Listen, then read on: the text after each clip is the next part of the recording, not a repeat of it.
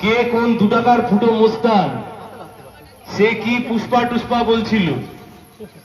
20 দিন আগে ছিল আঙুর, এখন শুকিয়ে হয়ে গেছে কিশমিশ। 24 তারিখের পর ও কিশমিশ ছিবড়ে হয়ে যাবে, কিশমিশও খুঁজে পাওয়া যাবে না।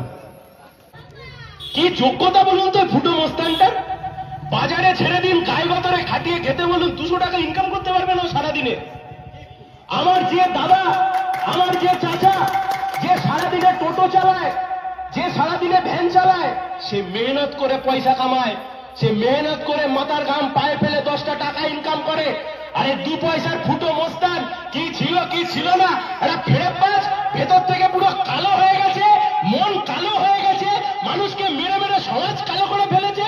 আর ভাইপোকে দেখে আবার একটা ফুল হাতা সাদা জামা পরে ফেরতবাজ ঘুরে বেড়াচ্ছে। আমি পুষ্পা,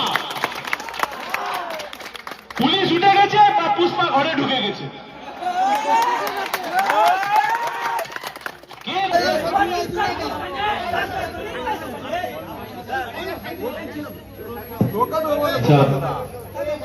আমার আওয়াজ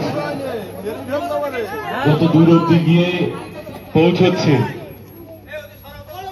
আমি এই বেলিয়ার সমস্ত আমার যারা দূর থেকে আমার আওয়াজ বা আমার কথা শুনতে পাচ্ছেন, আমি সবাইকেই শুভেচ্ছা, সালাম এবং অভিনন্দন জানাচ্ছি। শুরুতে ক্ষমতা থাকলে অনেকে অনেক মাতব্বরি মারে, ক্ষমতা যখন থাকে সাথে করে 4-5টা পুলিশ এসব নিয়ে যখন ঘুরে বেড়ায়, ক্ষমতায় থাকলে অনেকে অনেক বড় বড় মাতব্বর হয়ে যায়। কিন্তু মাতব্বরেরা বুঝতে পারে না যে মাতব্বরদের মাতব্বরি একদিন শেষ হয়ে যায়। আর মাতব্বরদের মাতব্বরি যেদিন শেষ হয়ে যায়, পুলিশ যেদিন পাশ থেকে সরে যায়, যে মানুষের ওপর অত্যাচার করা হয়েছে, যে মানুষের ওপর অন্যায় করা হয়েছে, যে মানুষকে মারা হয়েছে, ধরা হয়েছে, তারা তখন জেগে ওঠে। আর তারা যখন জেগে ওঠে, আঙুর ফল শুকিয়ে কিশমিশ হয়ে যায়। আজ থেকে 20-25 দিন আগে এই ফলতার বুক থেকে আমরা জানি কি ভয়ঙ্কর পরিমাণ অন্যায় অবিচার গোটা পশ্চিমবাংলায় যেমন হয়েছে, ফলতার বুকে কি হয়েছে। মানুষকে বাড়ি থেকে তুলে নিয়ে গিয়ে মারধর করা, মানুষকে মানুষের মতো বিচার না করা, থানা পুলিশের কাছে যেতে গেলে আগে ওই 2 টাকার ফুটো মোস্তানের পার্টি অফিস থেকে লিখিয়ে নিয়ে যেতে হবে। জমি দখল করে নাও, মা বোনেদের উপর অত্যাচার করো, মানুষকে ভোট দিতে দেব না, মানুষকে মানুষ বলে গণ্য করবো না, মানুষের জমি দখল করে নাও, বিরোধীদের বাড়ি ছাড়া করে দাও, অন্য দলে ভোট দিলে তাকে মারো ধরো। কি ভয়ঙ্কর পরিমাণ অন্যায়, কি ভয়ঙ্কর পরিমাণ অবিচার আমার এই ফলতার মানুষের ওপর হয়েছে দিনের পর দিন।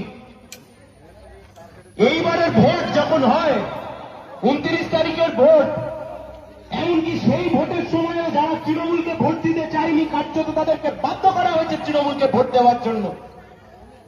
কিন্তু যারা জুলুম করে তারা হয়তো বুঝতে পারে না যে যে জুলমিরা জুলুম করছে, সেই জুলমির জুলুম একদিন শেষ হয়ে যাবে।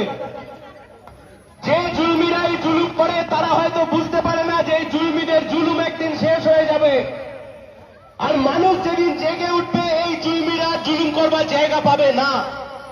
আমি কেবল আপনাদের কাছে একটাই কথা অনুরোধ করব, একটাই কথা ভাববার জন্য বলবো। আজ থেকে 20 দিন আগে ফলতায় বলেছিল না যে জোড়া ফুল ছাড়া ফলতায় আর কিছু চলবে না। আজকে এই গ্রাম থেকে দাঁড়িয়ে আপনাদেরকে বলে যাচ্ছি, এই গ্রামের বুক থেকে এই কথা আমরা আপনাদেরকে বলছি, এই ফলতার যে নির্বাচন, এই ফলতার নির্বাচনে লড়ছে সিপিআইএম, আইএসএফ, একদিকে আমরা বামপন্থীরা লড়াই করছি, আরেকদিকে লড়াই করছে বিজেপি। আপনাকে ঠিক করতে হবে আপনি কাকে ভোট দেবেন। ও তৃণমূল জোড়া ফুল বলে আর কিছু নেই, ওসব ইতিহাস হয়ে গেছে, ইতিহাসের রাস্তাগুলোকে খুঁজে পাওয়া যাচ্ছে। পুষ্পা পুলিশ চলে গেছে, বলছে পুলিশ নাকি ঘাড়ে করে ওকে ফিরিয়ে এনেছে। ও বলতো ফলতার নাকি বেতাজ বাদশা, তৃণমূল হারবার পরে ফলতার বুকে খুঁজে পাওয়া যায়নি। রাজনীতি এত সহজ বিষয় নয়।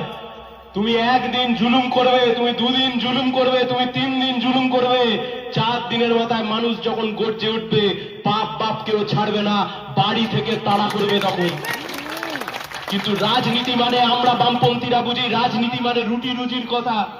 জিনিসের দাম কমাতে হবে, গ্যাসের দাম বাড়ছে, গ্যাসের দাম কমাতে হবে, কম বয়সী ছেলে মেয়েদেরকে কাজের ব্যবস্থা করতে হবে।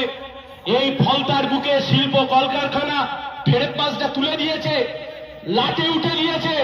75টা কলকারখানা ছিল আমরা যখন সরকার থেকে চলে যাই, special economic zone Falta, crore crore টাকার ব্যবসা হয় এখানে, সরকার কত ইনকাম করতো এই জায়গা থেকে। 75টা কারখানা আজকে 14টা বড় কারখানা এসে ঠেকেছে। চলতে পারে? আমি আপনাদেরকে ভাববার জন্য অনুরোধ করছি।